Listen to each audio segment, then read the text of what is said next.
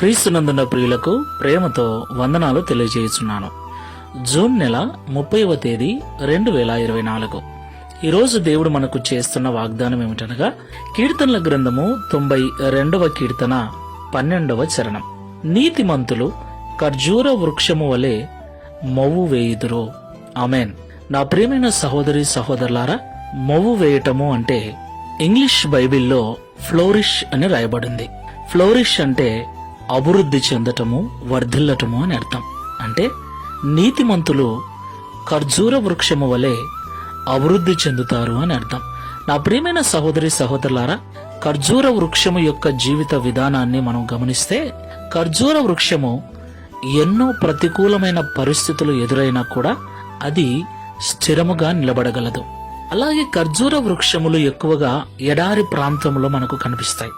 అంటే నీరు తక్కువగా ఉన్నప్పటికీ, ఎండవేడి ఎక్కువగా ఉన్నప్పటికీ, అనేక ప్రతికూలమైన పరిస్థితులు ఎదురైనప్పటికీ అలాంటి ప్రదేశాలలోనే ఆ యొక్క ఖర్జూర వృక్షము వర్ధిల్లుతుంది. తన యొక్క కాలములో కాపు కాస్తూ ప్రజలకు ఎంతో శ్రేష్టమైన ఫలాలను ఇస్తుంది. దేవునికి మహిమ కలుగునుగాక.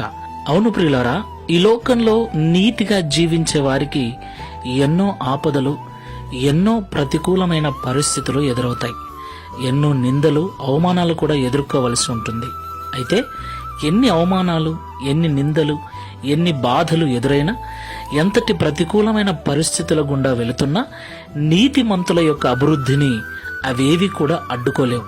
ఖర్జూర వృక్షము ఎలాగైతే ఎడారిలో తన కాలమందు వర్ధిల్లుతూ ఉంటుందో, నీతిమంతులు కూడా తమ యొక్క జీవితంలో వర్ధిల్లుతూ ఉంటారు. అలాగున దేవుడు వారిని ఆశీర్వదిస్తాడు. కాబట్టి మాటలు వింటున్న ప్రియ సహోదరి సహోదరులారా, నీతి మనల్ని వర్ధిల్ల చేస్తుంది. కాబట్టి నీతిమంతులుగా జీవిద్దాం, యథార్థమైన జీవితాలు కలిగి వర్ధిల్లుదాం. ప్రార్థన చేసుకుందాం. ప్రేమ స్వరూపుడా, పరిశుద్ధుడా, మీకు స్తోత్రాలు. ఖర్జూర వృక్షము ఎలాగైతే వర్ధిల్లుతుందో, అలాగే నీతితో జీవించే ప్రతి ఒక్కరు కూడా ఈ లోకంలో వర్ధిల్లుతారని, వారికి ఎలాంటి ప్రతికూలమైన పరిస్థితులు ఎదురైనప్పటికీ వారి అభివృద్ధిని అవి అడ్డుకోలేవని మీరు మాతో మాట్లాడారు.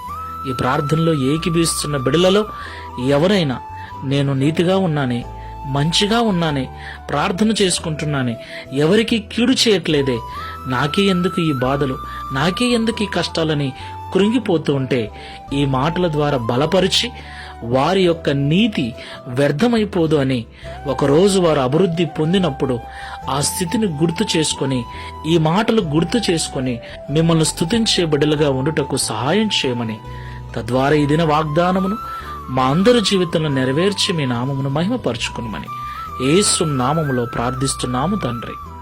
ఆమేన్. Praise the Lord. God bless you.